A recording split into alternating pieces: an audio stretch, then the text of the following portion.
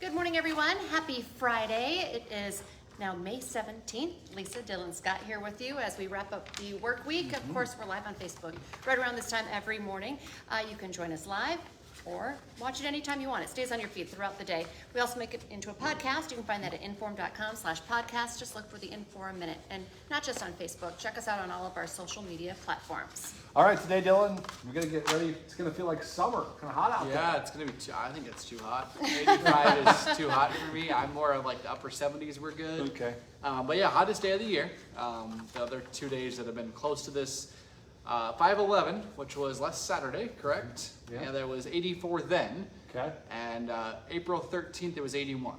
Wow. All right. It's the closest 2 days we've been to today. Our forecast today for Fargo is 85. So right. the forecast holds true. Warmest day of the year so far. Grand Forks, your forecast for today is 81. So far this year, the warmest you've been is last Saturday, 83. So we'll see how things pan out. The record is 92 in Fargo, 91 in Grand Forks. Probably not going to hit that. It's kind of out of reach. But a nice, warm, toasty day. Yeah, find some water today. Yes, There's definitely the water. lake. Sunscreen. Yes, I will wear sunscreen on our golf outing today. You're probably going to sweat it off, but Most likely. But reapply. yeah, there we go. Yeah. Um, Wear plenty. Don't want to get burnt. Correct. And then thunderstorms late tonight, not late, I should say after supper time. Moving on into the overnight hours. Strongest storms could have wind gusts 65 miles per hour or a little bit greater than that, and hail up to quarter sized. So there's a zone that is in the severe weather risk today. And then tomorrow, once the front moves on through, windy. Very windy, gusting up to 40 miles an hour to the west, and much cooler. Temperatures back in the 70s. So, if you want this warm heat, enjoy it today. Yeah, get outside, do something outside, and enjoy it. It's Friday, so it's a good day to get outside and It do is. a little bit. It really Because is. on your 10-day, it does go back to the 60s. We have a lot of 60s, pretty much starting like middle of next week and continuing through Memorial Day weekend. So, really no big warm-ups in sight after today. So, All right. soak it in. All right. Sounds good. Thanks, Thank you, Dylan. Dylan. You bet. Okay, well, we have new details on two crashes that happened in our area. One happened just before 11 last night on I-94 south of Fergus Falls. It sent a 32-year-old woman to the hospital. The Minnesota State Patrol says the SUV was westbound when it went off the road. The SUV hit a cable barrier in the median. The driver wasn't hurt, but the passenger from Alexandria was taken to the Lake Region Hospital in Fergus Falls. And meantime, we're also working to learn the condition of a 5-year-old boy. He has life-threatening injuries from a crash that hurt 6 people. That crash happened Thursday morning around 10 o'clock, about 10 miles northeast of Glendon. The Minnesota State Patrol says an SUV was southbound on State Highway 9 when it collided with a semi-truck. The 5-year-old boy was taken to Sanford here in Fargo. So were an 8-year-old, 12-year-old, and 14-year-old boy as well. Here's your warning to make sure you have a sober ride home this weekend. There's going to be a DUI checkpoint set up somewhere in Cass County tomorrow. They don't let you know ahead of time. The checkpoint is part of the Highway Patrol's efforts to encourage safe driving and reduce crashes in the state. And new this morning, a major change is coming to MAT bus services. A permanent reduction in the number of hours it operates will go into effect in July. It's because of an ongoing driver shortage. MAT bus and paratransit services will end an hour earlier Monday through Friday.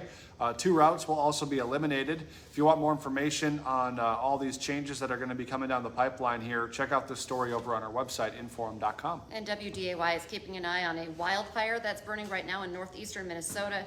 Continues to burn. It started as a controlled burn in the Superior National Forest. Got out of control because of the wind. It is considered 75% contained right now, but it's already burned a little more than 200 acres. And today, the Fargo Forest will have a chance to take home the Clark Cup from Iowa. They are just 1 win away from sweeping the series. They'll play the Fighting Saints on the road tonight in Dubuque.